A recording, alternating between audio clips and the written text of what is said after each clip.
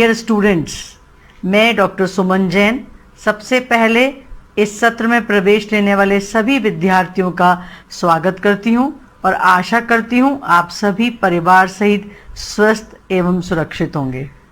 आज हम बीएससी गणित प्रथम वर्ष में प्रथम पेपर विविक्त गणित यानी कि डिस्क्रीट मैथमेटिक्स में सेट, जो कि आप पहले पढ़ चुके हैं काफ़ी कुछ, कार्डिनलिटी गणनता, the principle of inclusion exclusion, आविष्टि अपवर्जन सिद्धांत पर चर्चा करेंगे। हम जानते हैं जर्मन गणितज्ञ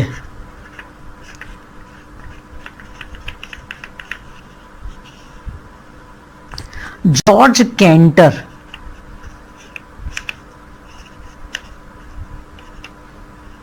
ने सेट थ्योरी का डेवलपमेंट किया था।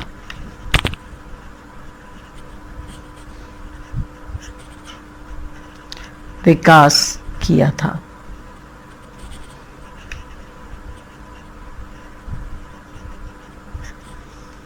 सेट थ्योरी गणित का आधार है। यह रिलेशन, फंक्शन, सीक्वेंस, ट्रिग्नोमेट्री,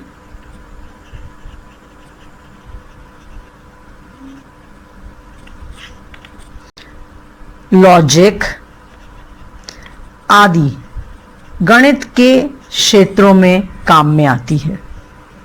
तो सबसे पहले हम ये देखना चाह रहे हैं कि सेट थ्योरी है क्या। सेट यानी कि समुच्चय। समुच्चय आम भाषा में हम कह देते हैं कि ऑब्जेक्ट्स का कलेक्शन। हम इसको परिभाषित करेंगे तो कैसे कहेंगे कि वस्तुओं यानी कि ऑब्जेक्ट्स का सुपरिभाषित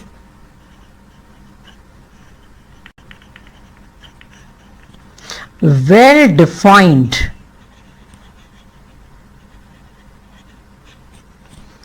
कलेक्शन सेट कहलाता है।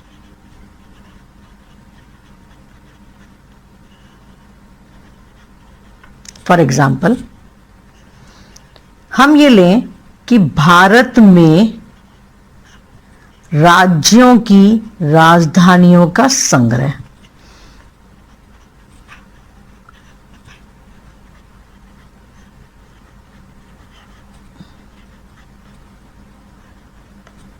का कलेक्शन। क्लियरली जयपुर आएगा, लेकिन न्यूयॉर्क इस कलेक्शन में नहीं होगा। 10 से छोटी सम संख्याओं का समुच्चय, इवन नंबर्स का कलेक्शन। तो 10 से छोटी हैं, इवन नंबर्स हैं, तो नंबर्स क्या क्या हो जाएंगे? 2, 4, 6, 8। यदि हम ये चाहें कि अच्छे क्रिकेटर्स को कलेक्शन चाहते हैं, तो अच्छे क्रिकेटर्स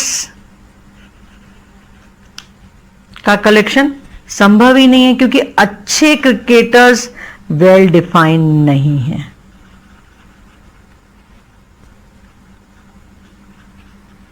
तो ऐसा कलेक्शन संभव भी नहीं है। इसका मतलब क्या हुआ कि यदि निश्चित गुणधर्म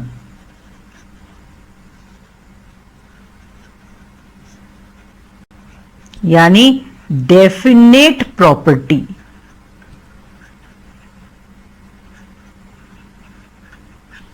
यदि निश्चित गुणधर्म की वस्तुओं का हमें संग्रह दिया हुआ हो, तो हम बता सकते हैं कि ये ऑब्जेक्ट इस संग्रह में होगा या नहीं।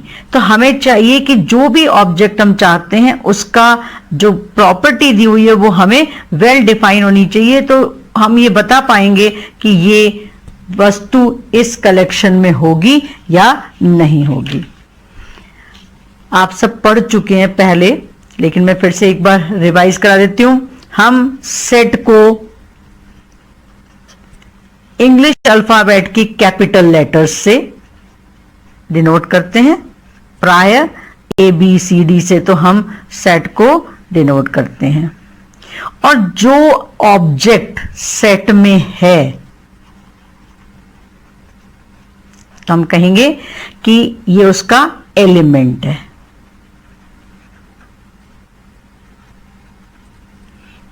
और हम उसको जनरली इंग्लिश अल्फाबेट के स्मॉल लेटर ABC से एंड सो ऑन से डिनोट करते हैं।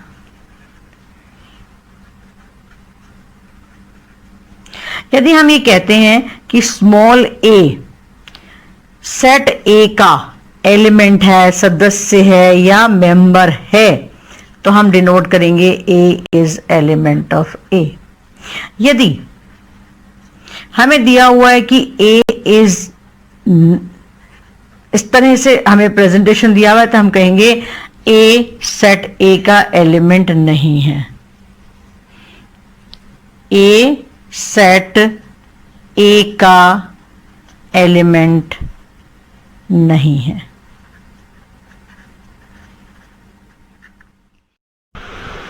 अब रिप्रेजेंटेशन ऑफ सेट्स।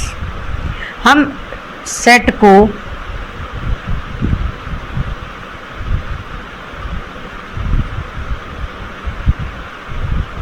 यानी समुच्चय का निरूपण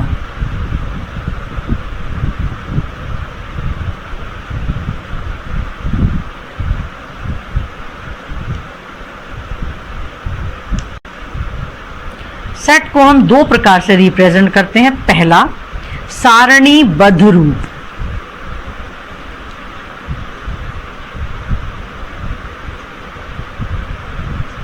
यानी टेबुलर फॉर्म।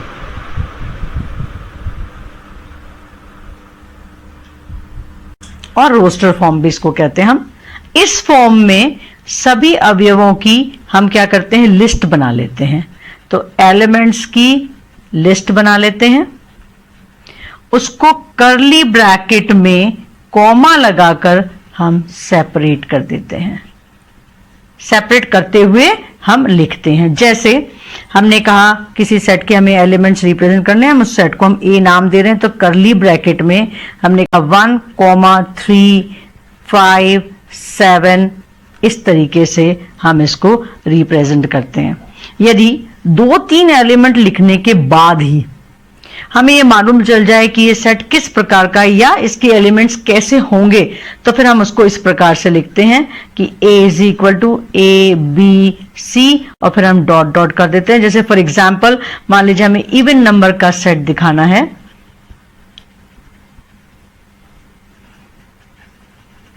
तो हम उसे सिंपली लिख देंगे 2, 4, 6 एंड डॉट डॉट डॉट, जिससे हमें पता चल जाएगा आगे आने वाले एलिमेंट्स कौन कौन से हैं। इसके बाद में इसको हम जो दूसरा रूप है वो कहलाता है हमारा समुच्चय निर्माण रूप,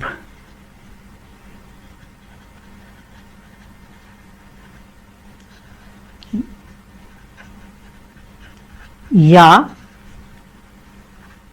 नियम रूप।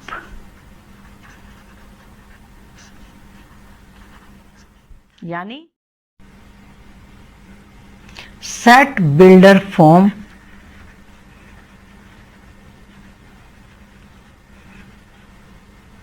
या हम इसको कहते हैं रूल फॉर्म और रूल फॉर्म।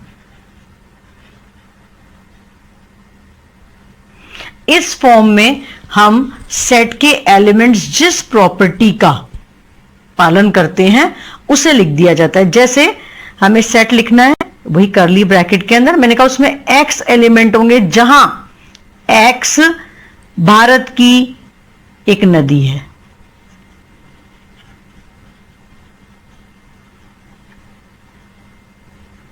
हमने क्या किया, जो एलिमेंट्स आने वाले हैं उनकी प्रॉपर्टी हमने बता दी। तो अब हमें पता है इस सेट में क्या आएगा, गंगा आएगा, यमुना आएगा, जो भी भारत में नदियां हैं वो सब इस सेट में आ जाएंगी। और अब हम क्लियरली कह सकते हैं नील नदी इसमें नहीं आएगी क्योंकि वो एक भारत की नदी नहीं है। अब आता है दो सेट कब इक्वल होते हैं, दो सेट में समानता।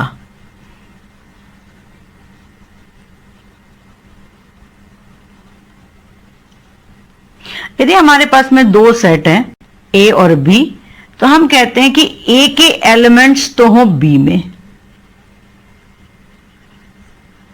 और बी के एलिमेंट्स होने चाहिए ए में, तो हम कहेंगे दोनों सेट बराबर हैं। क्या मतलब हुआ?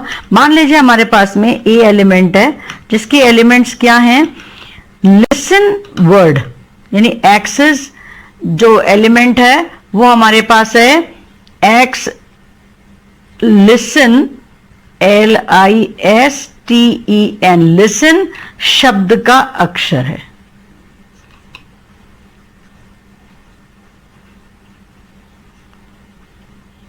दूसरा सेट है बी जिसके एलिमेंट्स कैसे हैं, एक्स साइलेंट शब्द का अक्षर है।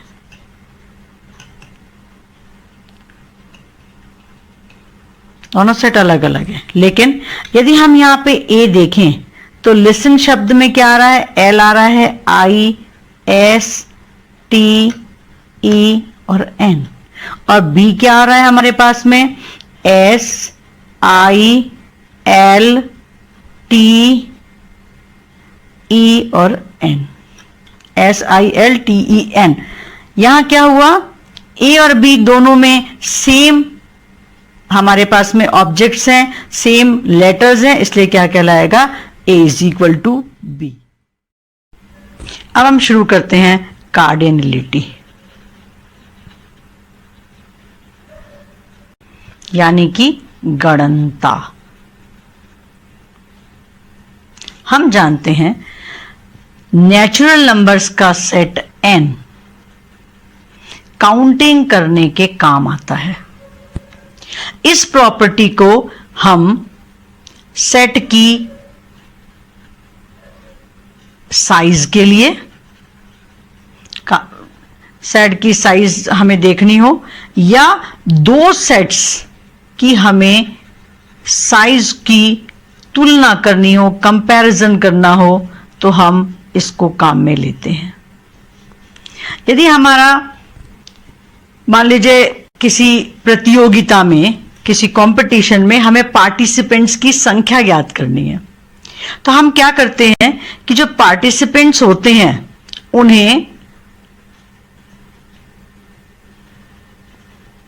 ऐसे 1, 2, 3 इस तरह से लिख करके हम उनको एक स्टिकर देते हैं और उनको कहते हैं आप अपनी शर्ट पे लगा लीजिए। इसका क्या अर्थ है कि हम ये कर रहे हैं कि जो पार्टिसिपेंट है और जो नेचुरल नंबर का सेट है, हम उन दोनों के बीच में,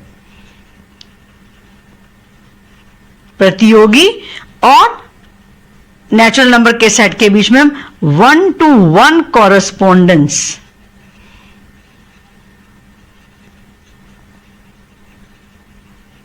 यानी एक की संगति स्थापित कर रहे हैं। हमने एक प्रतियोगी है उसको हमने 1 नंबर दे दिया, दूसरे प्रतियोगी को हमने दूसरा नंबर दे दिया, और इस तरह से हमने प्रतियोगियों को नंबर दे दिए। तो इससे हमें ये पता चल जाता है कि इस प्रतियोगिता में भाग लेने वाले m विद्यार्थी हैं, m प्रतियोगी हैं। अब ये हम तय कर सकते हैं कि इस प्रतियोगिता में m प्रतियोगी भाग ले रहे हैं। तो एक्चुअल में कार्डिनलिटी जो है हमारी, वो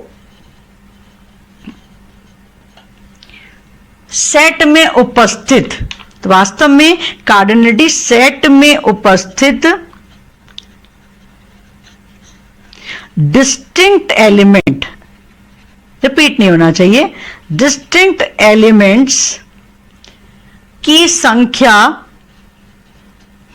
कार्डिनलिटी से हम सेट में उपस्थित डिस्टिंक्ट एलिमेंट्स की संख्या प्राप्त करते हैं।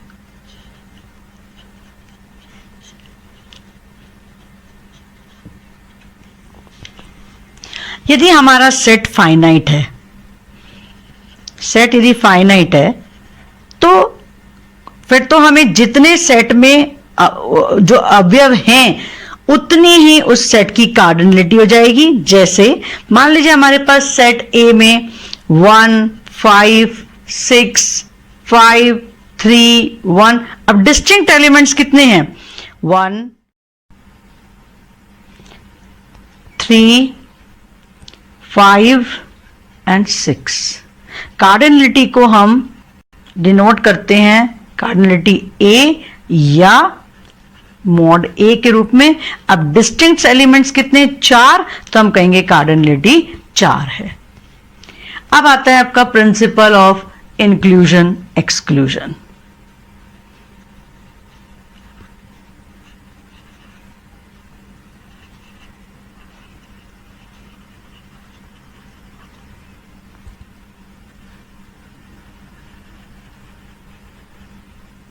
यानी आविष्ठी अपवर्जन सिद्धांत।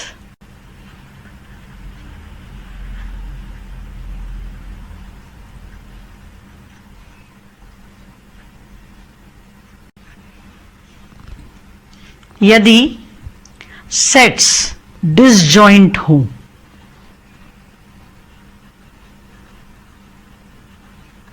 यानी असंयुक्त, यानी कोई एलिमेंट कॉमन नहीं है।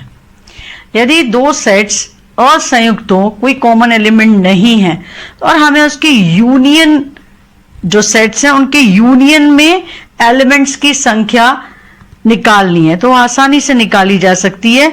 हम योग नियम से, सम रूल से हम उसको आसानी से निकाल सकते हैं। मतलब हमारे पास में दो सेट हैं और दोनों सेट में कोई कॉमन एलिमेंट नहीं है, और हम चाहते हैं कि जो दोनों को यूनियन है, उन दोनों यूनियन जो सेट है उसके अवयवों की संख्या। अर्थात जैसे मान लीजिए हमारे पास में ए में 1, 3, 5 तीन एलिमेंट्स हैं, तीनों डिस्टिंक्ट हैं।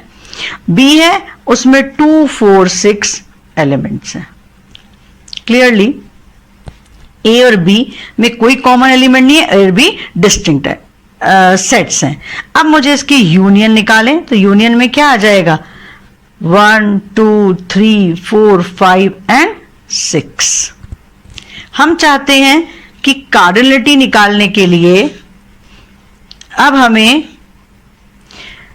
साफ दिखाई दे रहा है कि ए के एलिमेंट्स की संख्या है 3, बी के एलिमेंट्स की संख्या भी है 3, तो cardinality of A is 3, cardinality of B is 3, और cardinality of A union B कितना हो जाएगा? 6 एलिमेंट्स, 6 एलिमेंट हो गए। तो सम नियम क्या हुआ?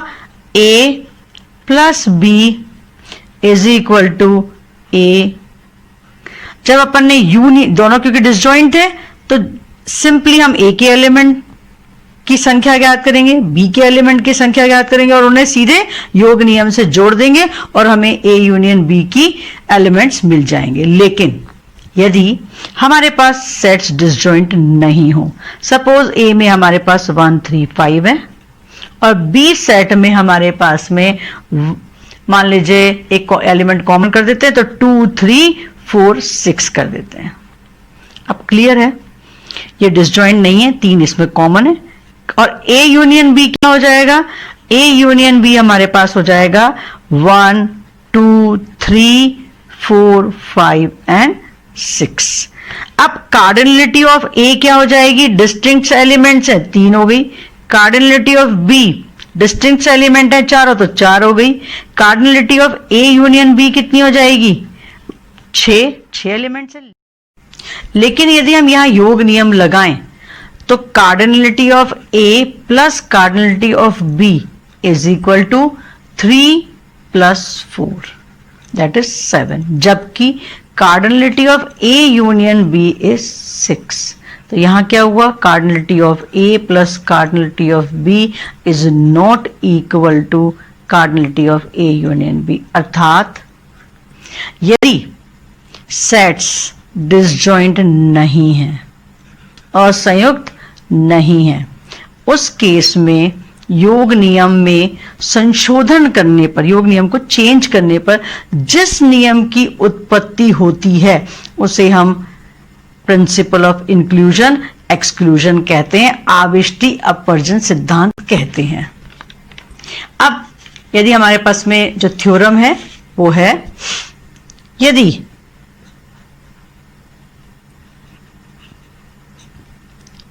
ए तथा बी, अब हम कर रहे हैं आविष्टि अपवर्जन सिद्धांत की थ्योरम, तो ए और बी दो परिमित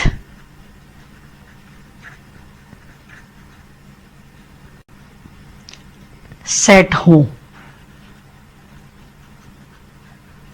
ए और बी दो फाइनाइट सेट हो, तो cardinality of A union B is equal to, अब यहां डिसजॉइंट होना जरूरी नहीं है, A cardinality of A plus cardinality of B minus A intersection B. अब यहां हमें दे रखे हैं, इसका प्रूफ कर लेते हैं, यहां हमें दो सेट दिए हुए ए और बी जो कि फाइनाइट है, तो हम ए सेट का कॉम्प्लीमेंट यानी कि पूरक समुच्चय, तो ए का पूरक समुच्चय यदि हम ए डैश लेते हैं तो वो होता है यूनिवर्सल सेट में से ए के सभी एलिमेंट्स को हटा दें तो हम डिनोट कर रहे हैं उसको ए डैश से। इसी तरह से बी का कॉम्प्लीमेंट सेट है हमारा बी डैश और वो हो जाएगा u माइनस बी। अब हम इसे वेन डायग्राम से यदि दिखाना चाहें तो हमने कहा है कि ए और बी क्योंकि दोनों डिसजॉइंट सेट्स नहीं है तो इनका इंटरसेक्शन भी होगा, तो ए सेट ए और ये बी सेट, ये हमारा यूनिवर्सल सेट, ये जो सेट है यहां तक ये लें तो ये बन जाएगा हमारा ए इंटरसेक्शन बी डैश, क्योंकि इसमें बी का कोई एलिमेंट नहीं है, तो ए इंटरसेक्शन बी डैश, और ये कितना हो जाएगा ए डैश, और क्योंकि हम इंटरसेक्शन ले रहे हैं तो ये हो जाएगा ए डैश इंटरसेक्शन बी, और जो ये है हमारा ये हो गया ए इंटरसेक्शन बी। अब यहां से हम ए यूनियन बी देखें तो ए यूनियन बी, ए और बी तीन डिसजॉइंट सेट्स में बदल चुका है, ए इंटरसेक्शन बी डैश, ये बीच का ए इंटरसेक्शन बी और ए डैश इंटरसेक्शन बी, तो क्या लिख सकते हैं A union B is equal to A intersection B dash union A intersection B union A dash intersection B. इसे हम इक्वेशन नंबर 1 कह देते हैं। तीनों क्योंकि डिसजॉइंट सेट्स हैं इसलिए ये तीनों राइट हैंड साइड के तीनों सेट्स डिसजॉइंट सेट्स हैं, कोई भी कॉमन एलिमेंट नहीं है, असंयुक्त समुच्चय हैं राइट हैंड साइड के।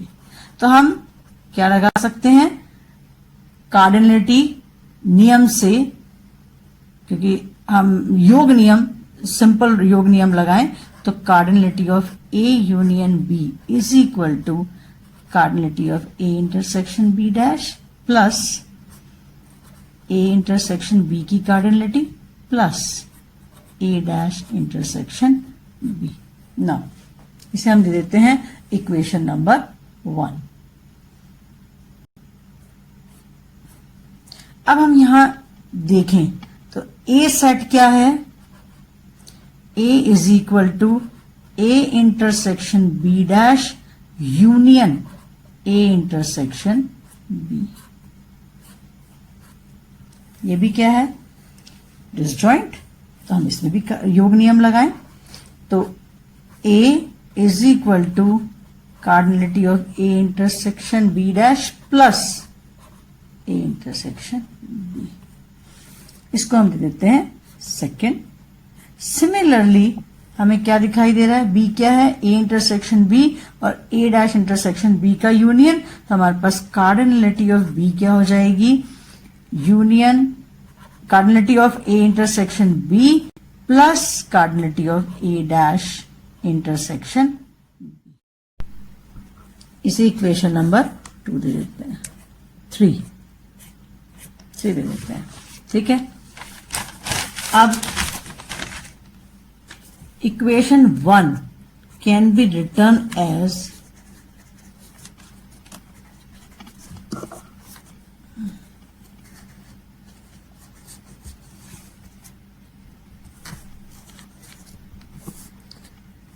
cardinality of A union B is equal to A intersection B dash plus A intersection B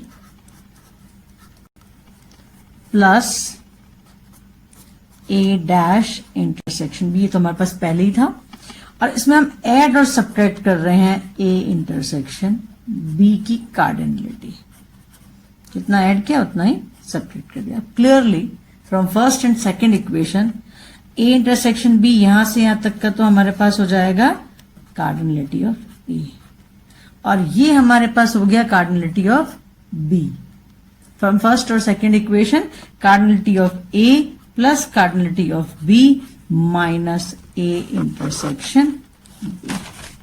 अब यदि इसका मतलब हुआ कि प्रिंसिपल ऑफ इंक्लूजन एक्सक्लूजन हो गया। यदि हमारे सेट्स डिसजॉइंट नहीं है तो हम A यूनियन B की कार्डिनलिटी के लिए इस नियम को यूज करेंगे।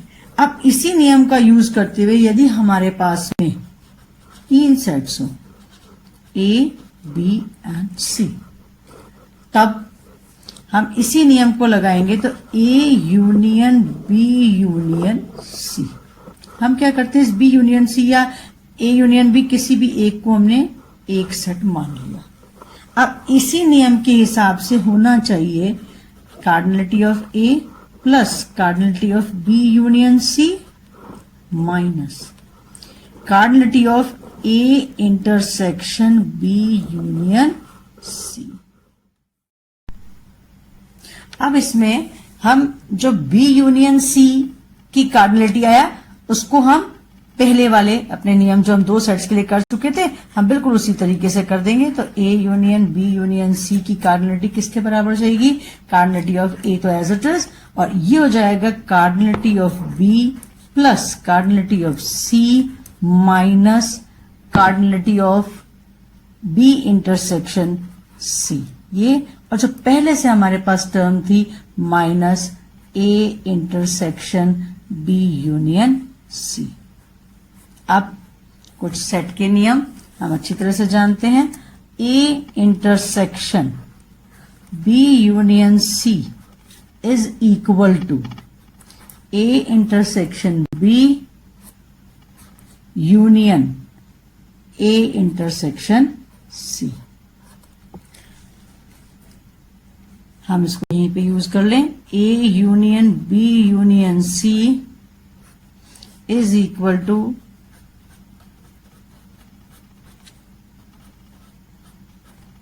Minus B intersection C। यहां हम इसका इस्तेमाल कर लेते हैं तो ये कितना हो जाएगा, A intersection B union A intersection C।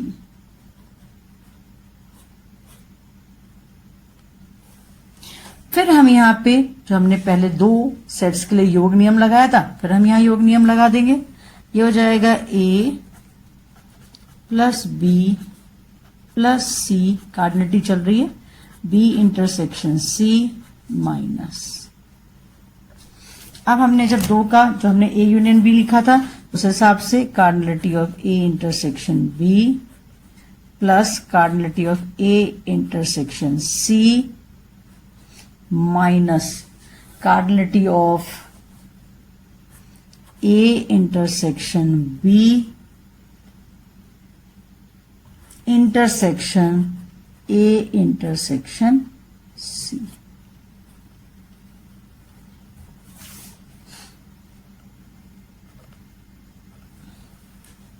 अब चूंकि हम जानते हैं A intersection B intersection A intersection C is equal to A intersection B intersection C। तो अब कितना हो जाएगा, A intersection A union B union C is equal to A plus B plus C minus B intersection C minus A intersection B minus A intersection C, और इसको लिखेंगे तो minus minus plus plus A intersection B intersection C. अब मैं कुछ examples principle of inclusion exclusion पर ले रही हूं। पहला यह है कि 1 से लेके 250, 1 से लेके 250 के बीच में हमें वो इंटीजर्स निकालने हैं जो 2, 3, 5 और 7 में किसी भी इंटीजर से विभाजित होते हो, किसी भी पूर्णांक से विभाजित होते हो। तो उसके लिए हमने सबसे पहले क्या किया, A1 हमने एक सेट लिया है जो 1 से लेके 250 के मध्य वो पूर्णांकों का सेट है जो 2 से डिवाइड होते हैं। इसी तरह से A2 3 से डिवाइड होने वाला, A3 5 से डिवाइड होने वाला, और A4 हमने ले लिया है जो कि 7 से डिवाइड होता है। हमारे पास में A1, A2, A3, A4 वो सेट्स आ गए हैं 1 से लेके 250 के मध्य के इंटीजर्स जो क्रमशः 2, 3, 5 और 7 से डिवाइड होते हैं।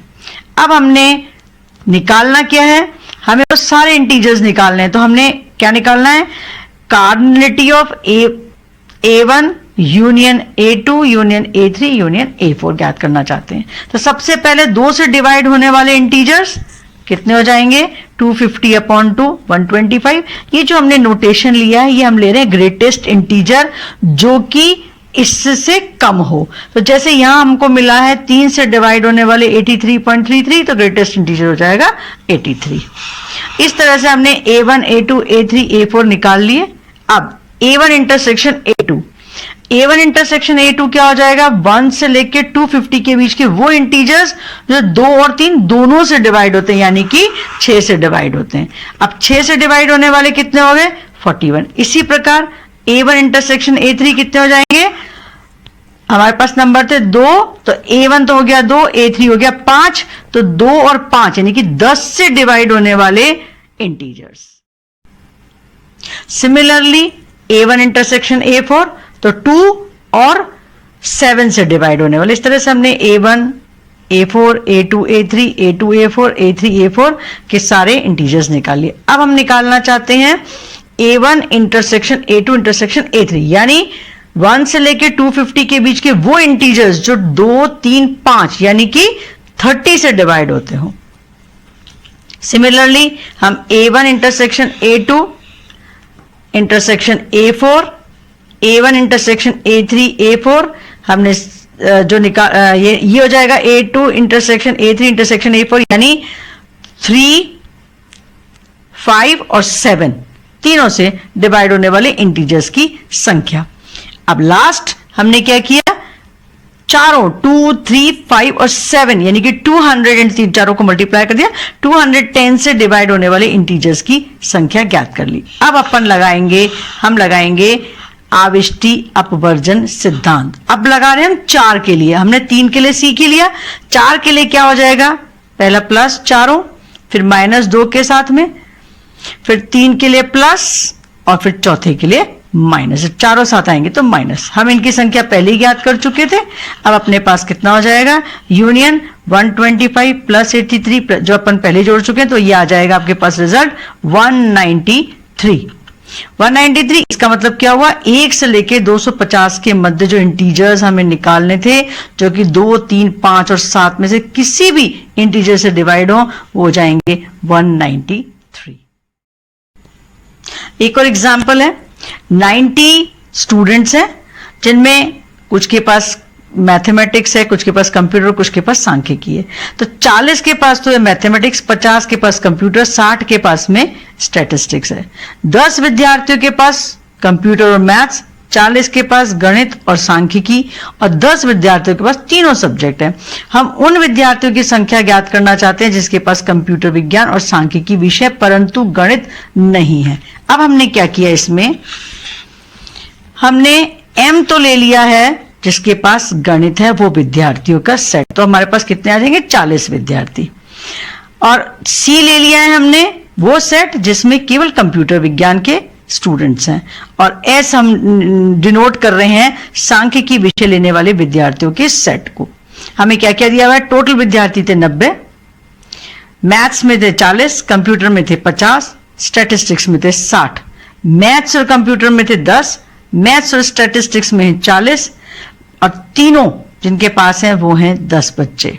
हमें क्या निकालना, जिनके पास मैथ्स नहीं है, कंप्यूटर और स्टैटिस्टिक्स है, तो हमने क्या यूज किया, वही प्रिंसिपल ऑफ इंक्लूजन और एक्सक्लूजन। अब देखिए प्रिंसिपल ऑफ इंक्लूजन एक्सक्लूजन लगाने पर हमारे पास क्या आ जाएगा, जो अपना नियम था उस हिसाब से 3 सेट है, तो M union S union C is equal to तीनों का अलग अलग सम, तीनों के इंटरसेक्शन और फिर तीनों का इंटरसेक्शन। अब हम पहले ही संख्या ज्ञात कर चुके हैं, लेकिन हमारे पास कंप्यूटर और स्टैटिस्टिक्स में केवल कितने बच्चे हैं वो नहीं है, तो हमने इसको सब्स्टिट्यूट किया, तो हमारे पास आ जाएगा वो विद्यार्थियों की संख्या जिनके पास केवल कंप्यूटर और केवल स्टैटिस्टिक्स है, वो आ गए अपने पास 20। अब हमारे पास निकालना क्या है, C इंटरसेक्शन C किसके बराबर हो जाएगा, तीनों, और जिनके पास मैथ्स नहीं है, तो जिनके पास मैथ्स नहीं है हमने उनको कैलकुलेट कर लिया, तो M intersection C intersection S हो जाएगा 10। तो ये उन स्टूडेंट्स की संख्या होगी जिनके पास कंप्यूटर है, स्टैटिस्टिक्स है, पर मैथ्स नहीं है, वो बच्चे हो गए 10। आपको इस वीडियो में कोई भी प्रॉब्लम हो तो आप मेरे को नीचे लिखे कमेंट बॉक्स में बता सकते हैं, और नेक्स्ट वीडियो में मैथमेटिकल इंडक्शन यानी गणितीय आगमन सिद्धांत पर बनाऊं।